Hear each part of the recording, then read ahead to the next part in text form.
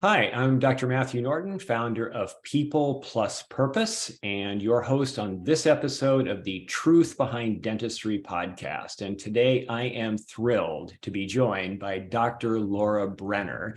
After dreaming of becoming a dentist her whole life, Laura learned that dentistry wasn't a match for her. She practiced for 10 years before leaving clinical dentistry to become a blogger, speaker, and certified professional coach.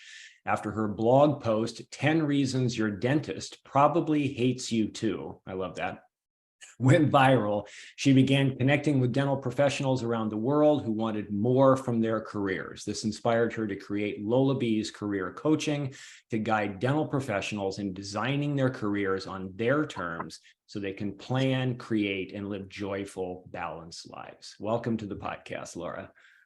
Thanks so much for having me, Matthew. I'm excited to be here. I love the name of it. The name of the podcast is amazing. Yes. The truth. We're going to talk about the truth behind dentistry, at least some truth behind parts of dentistry anyway, right? So I don't think we're going to cover all of truth behind dentistry today in our format, but we'll do our best anyway. Yeah, we'll cover a different truth, my truth. Yes, right. Yeah. Which is what really matters today, right? That's exactly that's a conversation. So given the fact that the provocative blog post title, right? I mean, it's fun and serious, I guess, at the same time. But given the intrigue of that, talk to us a little bit more about that post and kind of how that impacted the trajectory in your career. Yes. So I spent 10 years in dentistry, actually feeling really unhappy for most of the time. My first few years were okay. I knew they were going to be hard, so I was prepared. And then after I hit year 3, I started to lose hope because I thought, oh, everything's going to get easier once I have all this practice under my belt. And it wasn't getting easier. So for me, the biggest challenge, honestly, was working with patients. It was the dentist-patient relationship. And it was actually, I'll rephrase that. It was the way I viewed the dentist-patient relationship.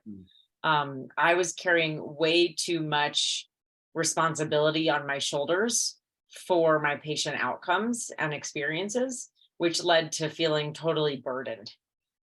So in year 3, I got completely burnt out. And it was really, for me, I talk to a lot of people who are unhappy in dentistry. And for some people, it's the patients, patient care. Some others, it's the actual dentistry. For others, it's the business side of things. So we all have different things that we love and don't love about it. For me, it was the pressure of making patients happy.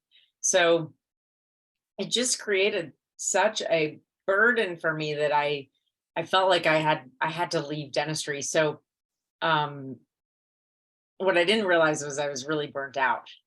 Because this was in 2004, no one was talking about burnout in any career. Right. And so I ended up deciding I needed to quit because I didn't know what was going on. I just thought I hated dentistry and I didn't know what to do with my life. So I started blogging. And I knew I liked travel and food. So I was blogging about travel and food and nobody read my blog, but I was doing it anyway. It was fun. Helped me get creative. And one day I saw a blog post titled 10 Reasons I Hate the Dentist. And what's interesting about it is if we look at like the public perception of dentists, this was part of a blogging forum on WordPress. And they would actually, I don't know if they do it anymore, but they would promote a blog post of the day or of the week that they thought was really worthy of sharing. And that was one of the blog posts that they promoted. And I just think this is what we're used to as dentists. We're really used to, like, on TV shows, on social media, everywhere, in the news even, sometimes people are either making fun of us or they're, in some cases, demonizing dentists, right? But we often hear this side of the story from patients. So when I saw 10 Reasons I Hate the Dentist was being promoted by WordPress, I didn't really think much about it, but I was like, oh, this is really funny. And her blog post was meant to be funny. Um, so I wrote a reply to her, an open reply that was also meant to be funny. So they were both really sarcastic. Mhm. And it was amazing because overnight it went viral. Mm. And that like literally the day I posted it, overnight it went viral. And I started seeing that there were other people who felt the same way I did all over the world. I was hearing from dentists, I was hearing from spouses of dentists, from parents of dentists, from Mm. dental assistants, hygienists. I mean, everyone was like, finally someone spoke out for us and Right. someone's saying our side of things. Right. So it was a joke, but it was, there's always truth in comedy, right? Right. Yeah. Um, Absolutely. I like the flip of perspective, right? Because how often is that likely true that we're all our centers of perception and opinion about things, that whether it's valid or, or whether it's justifiable or not, but it's clearly our own personal view of something. And we often are not thinking that some similar view could be held back the other direction. So I, totally. so I think that's interesting unto itself. 100%. And what's great about it is, what is the catchphrase for when you're a dentist? It's like, what does everybody say? Oh, I hate the dentist. Like, that is the number one phrase probably that, Right, like, right. this is what people say about Yeah, us, yeah, no one ever thinks that, well, wait a minute, we might hate you back. right, yeah. So be nice to us. Right, yeah, Um, but and it was interesting because a lot of patients reached out to me as well, and they would say things like, wow, I didn't realize that patients were so mean to you and difficult and this and that. So you're right, it was an amazing flip in perspective, but I think it felt really good for a lot of people to, like, we're always grinning and bearing it when people are right, saying how much they hate us when they come right, into our office. So I yeah, think it felt good for everyone to have this, finally I get to say it back. right, right. To um kind of feel understood and maybe a little vindicated somehow, exactly, with a and voice for collective vindication. exactly. And I know that was a long way of answering your question, so now I'll really get to the answer. Is what happened there was, I realized, I wrote that a week after I quit dentistry because I finally felt like I could do it without getting myself into trouble with Right, patients. right, right, And when I learned that there were a lot of other people who were unhappy in their own dental careers, whether hygienists, front office, whatever role, um, I started realizing that there wasn't something wrong with me. I thought there was something wrong with me all these years. Why could everyone else handle the stress? Um, why can't I do this? Why don't I like it? This should be a dream career. And it was amazing because it immediately dissolved all of the shame that I felt for mm, quitting dentistry. mm, So ultimately it connected me. It that opened up, like you talk about flipping the script, right? That really flipped the script and started allowing me to see, hey, wait a minute, there's another world out here. yeah. That's great. And it's interesting to have to use the word shame. I believe I hear what you're saying in that and meaning in that, but it also seems like, oh, that seems like a painful burden to have to carry, to have a shame of deciding to depart, right? I mean, it was a burden to stay, but you had to kind of be willing to endure those painful emotions even in leaving. Absolutely. Because to me, a relationship with dentistry is like a marriage. And so when when you're the only one, when you think you're the only one who's breaking up in this marriage, Right. then you really do carry that. And there's something about, in dentistry, we all think this is going to be forever. And when we get here, and if it's not our end all be all relationship, it's a really tough pill to swallow because we've invested so much to get here. But Right. once you do it, once you decide it's okay to be different, you've created changes in your life Right. too. Right. Um, then you realize there doesn't have to be shame Right. involved in it. Yeah. To me, it's almost like, and I know we're going to talk a little bit more about this in a few minutes here, like the idea that because you choose a path, that path should, in quotes, should be your thing that you do, quote unquote, forever, right? This is my forever commitment, as though you can't reinvent, like there's something wrong. I know that after 33 years in practice and building something, so I hung in mine longer than you did in yours, and yet I felt like I could do it in my sleep. I promised patients that I wouldn't, but that I felt like I'd done everything, like I'd succeeded, I had done well. So it's a different story in a sense, but it's also, but maybe in the end, it's they come together in the sense that I was ready and needed to, wanted to, felt called to something different. But I had people, even in earlier podcast interviews, and story would come up and they'd say, well, yeah, why did you? I mean, you built something that was financially successful, that was, I mean, you'd already done it, you had it. And I said, that was kind of the thing, is that I had done it and I had it. And could I trust myself to reinvent and do something different? So I think, I mean, I applaud more really what you were willing to do, to see that the time was, that persisting was not the solution, but that you could trust risking a reinvention even at an earlier stage. So I'll bring the opposite of shame and say congratulations for doing that. Thank you. Well, and one of the things that I love to come across dentists who are really, really successful in practice. I mean, every textbook successful, every part of it, like you were describing your practice, right? I love to meet those dentists. I'm not happy that they don't love dentistry, but I love to meet the ones who are really successful and don't love it, because a lot of us who realize we don't love it, you know, we worry that the perception is going to be, oh, well, it's because they couldn't hack it. Oh, it's because they weren't good at it. Right. But there are a lot of people who are masters at this work and they give the best treatment, but they're not getting that fulfillment and that happiness from it. Right. And we're ultimately trading our lives one day at a time for whatever we're doing, right? We're giving our lives to it. So it may as well be something that makes our hearts sing. I think with the idea that we could actually find something that makes our hearts sing, and we can be successful and make money and, you know, contribute, I think that's all doable. I love that point, because my whole life I wanted that.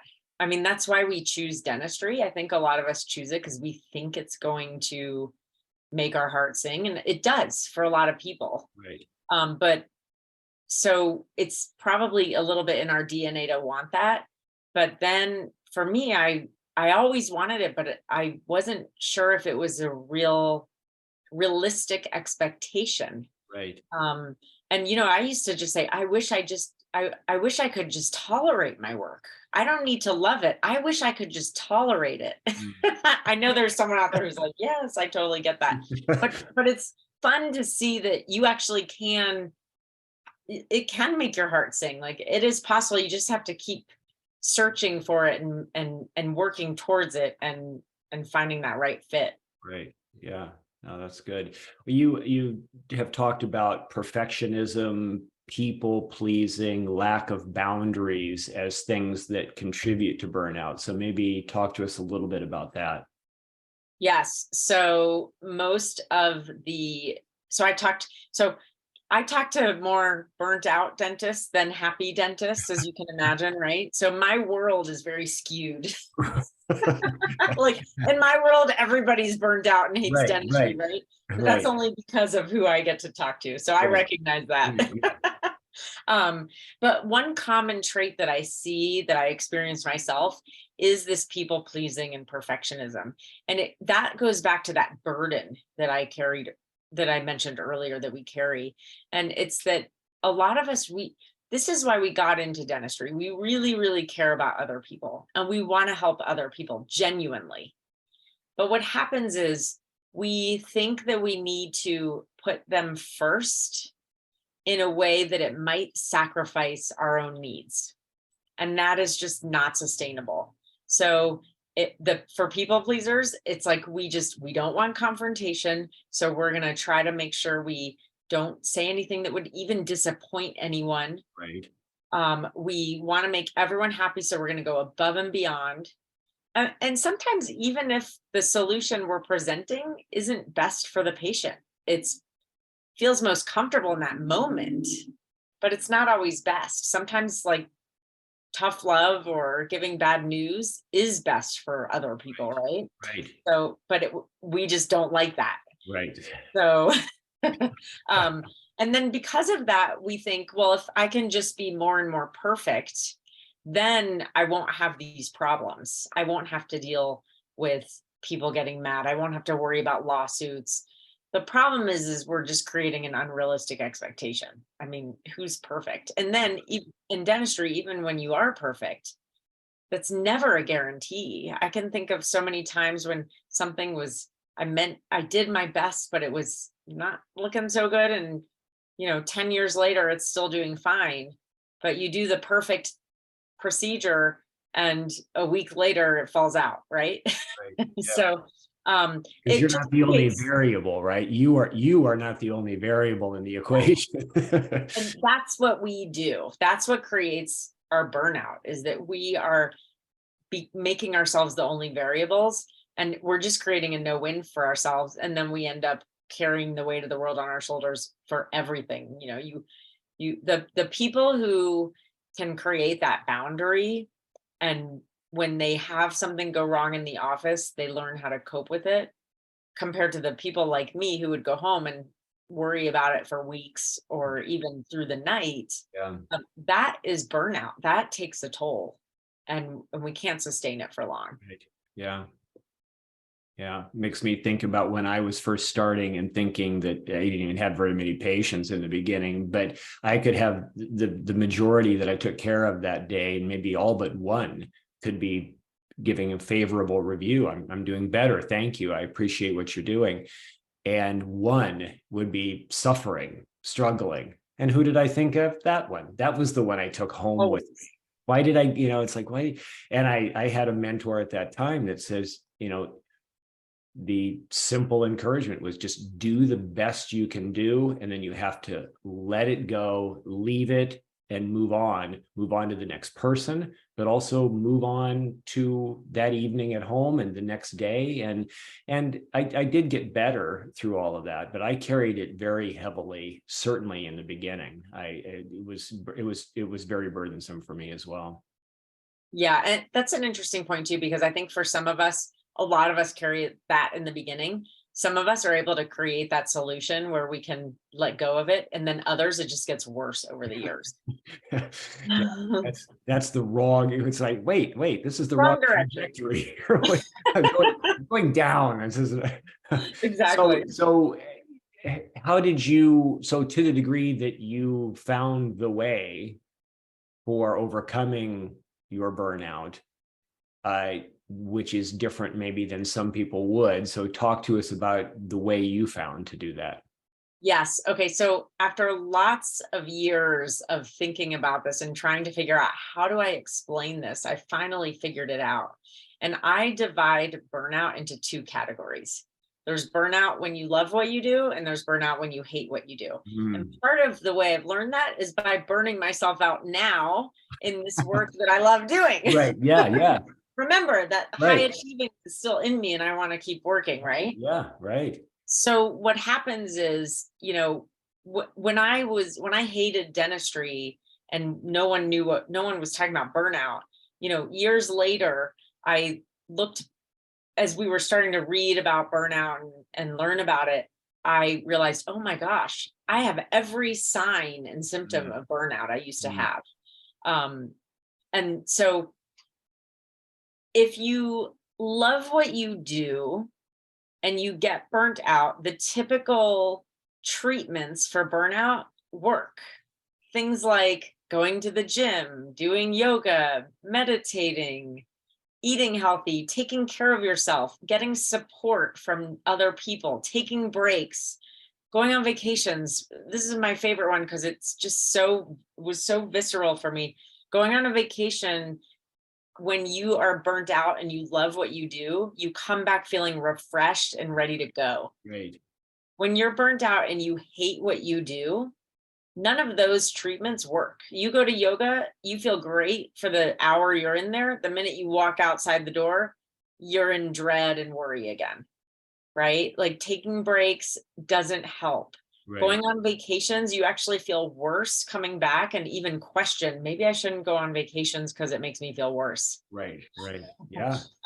So it's almost like you can use that to even diagnose, do I love this career or like it, or is it okay, versus is it really crushing me? Do I hate it? Right. Because what I've found is if it's to that point, the cure is to leave. Right. That's a strong statement, but it's a hard truth that some of us don't want to admit because it is inconvenient. But it's the thing that works. And so I always recommend starting side gigs because we've invested so much in dentistry that a lot of us don't want to leave. But that's the beauty of dentistry is you can design your career however you want, right? You could work 2 days a week and make what others make on 5 days. Right.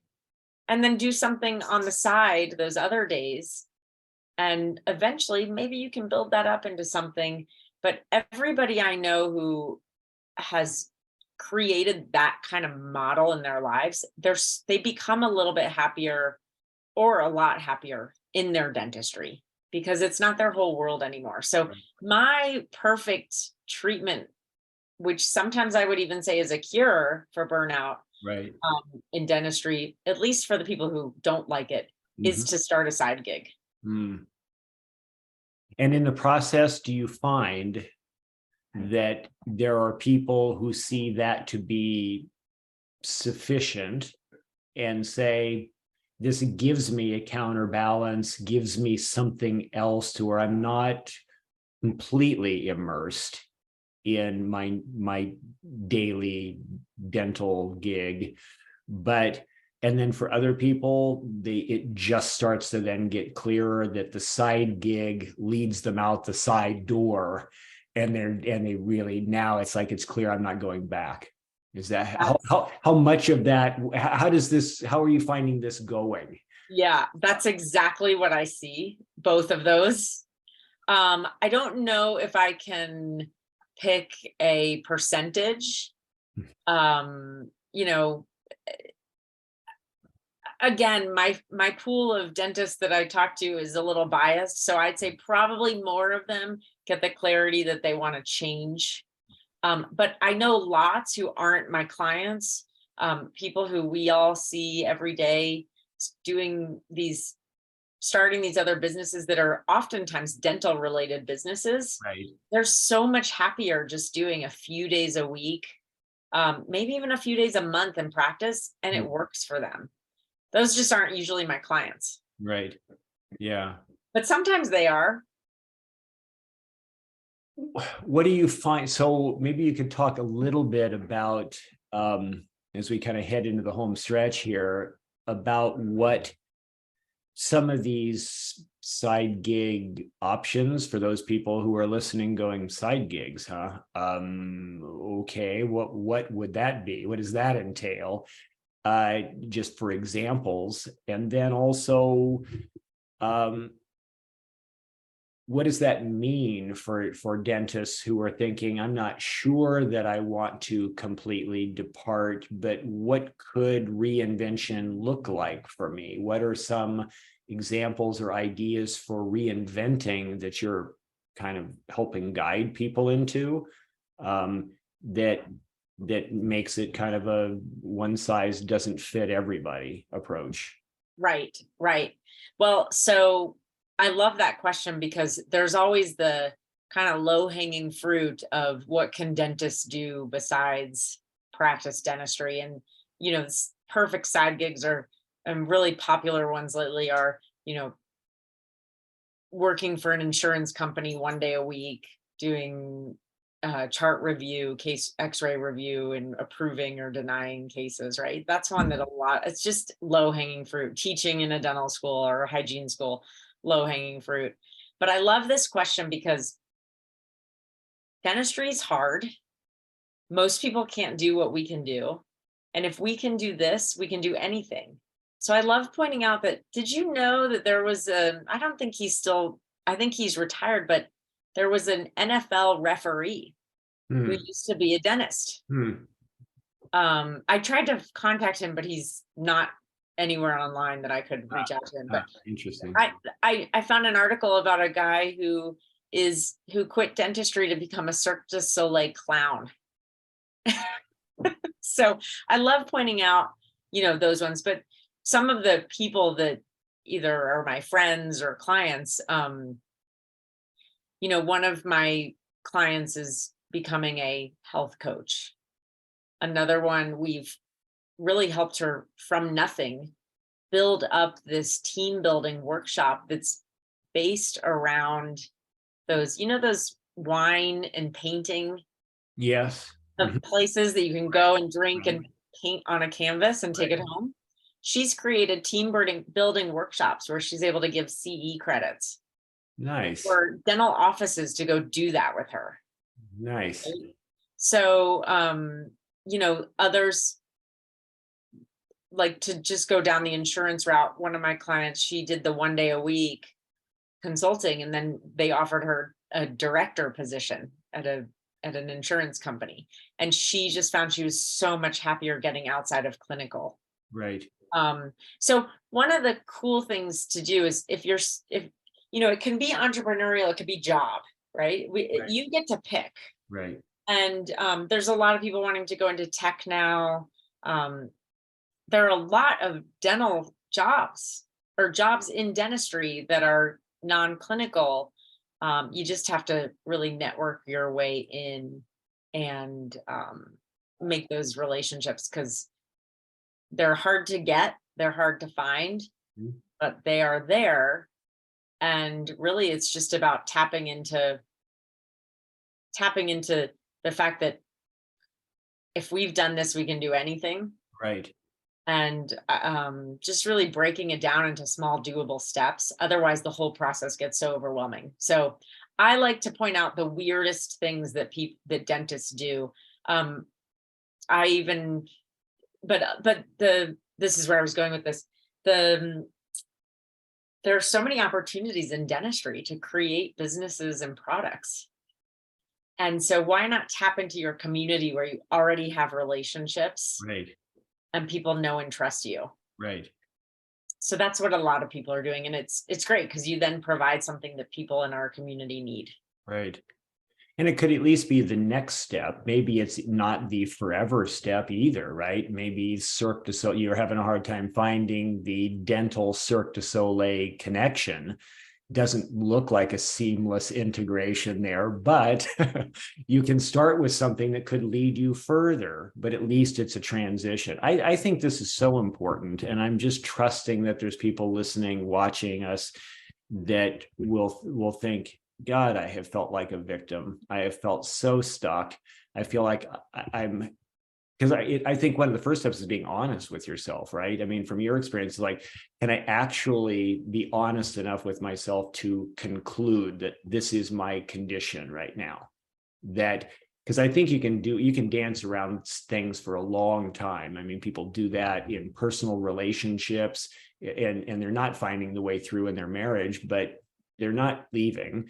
They're not doing much, maybe sometimes, but so I think there's a lot of ways we can feel stuck and victimized and paralyzed and all of that. So I love it that you're talking about this. And I think, I talk to a lot of new clients that I'm coaching where this is very relevant. And so I'm looking forward to exploring our relationship further and being able to encourage them to connect with you to hear some of this and see what you might be able to offer them.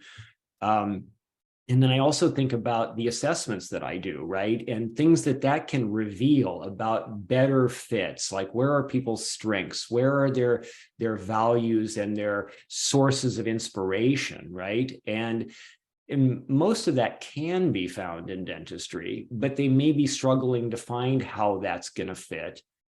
And maybe it just needs to fit somewhere else. And I think that's not only okay, I think this is your life, right? You know, how can we do it most gracefully in a way that serves and we get to enjoy it. So I'm excited for what you're doing, and I'm glad that you left that clinical dentistry so that you could do this, because it just seems like this is much more your calling. Well, thank you. And it's so funny because I think you might be the first person who's ever said to me, "I'm glad that you left." So that's so great to hear. Well, good. But yeah, I mean, even if I was good at it or okay at it, like, you're right, this is my calling. And I think what we share in common is it's not about helping people decide whether they want to be in dentistry or out of dentistry. It's just about creating happy lives that align with that Yes. allow us to be who we are. And Yes. that's what we both do. Yes. And that's the beauty in that synergy there. Yeah. Well, I'm really personally happy that we've met. And we met in preliminary discussions for this podcast. So I'm grateful to the podcast so that this could happen. And so for everybody that is paying attention to what we're talking about today and they want to know more, what's the best way for people to reach you? Well, depending on their preference, if they want to find me, my website, it's lolabeescareercoaching.com, or they can Google 10 Reasons Your Dentist Hates You. They don't even have to get the title right. It'll pull up my blog right away. Right. I have a Facebook group called Dentist Side Gigs, which is a great way to connect and start to rewrite our rules about what we can do. And then on Instagram, I'm also on LinkedIn. On Instagram, my handle is Dr. Lolabees. So DRLOLABEES. It's like bumblebees, but Lolabees. Right. Yeah, that's catchy. So Like it's unique for sure. It is. It is. Well, thank you so much for your time. I feel like we could keep talking, but probably for the sake of the people editing this or producing this, they'll probably be glad we stop soon here. But thank you so much for your contribution. I'm just trusting there's somebody whose life is going to change as a result of this conversation today. And then I hope that they will take advantage of the opportunity to reach out and connect with you. So Well, that means a lot. And I'm grateful to have met you as well. And thank you for hosting such a fun conversation. Yeah, well, thank you. Yeah.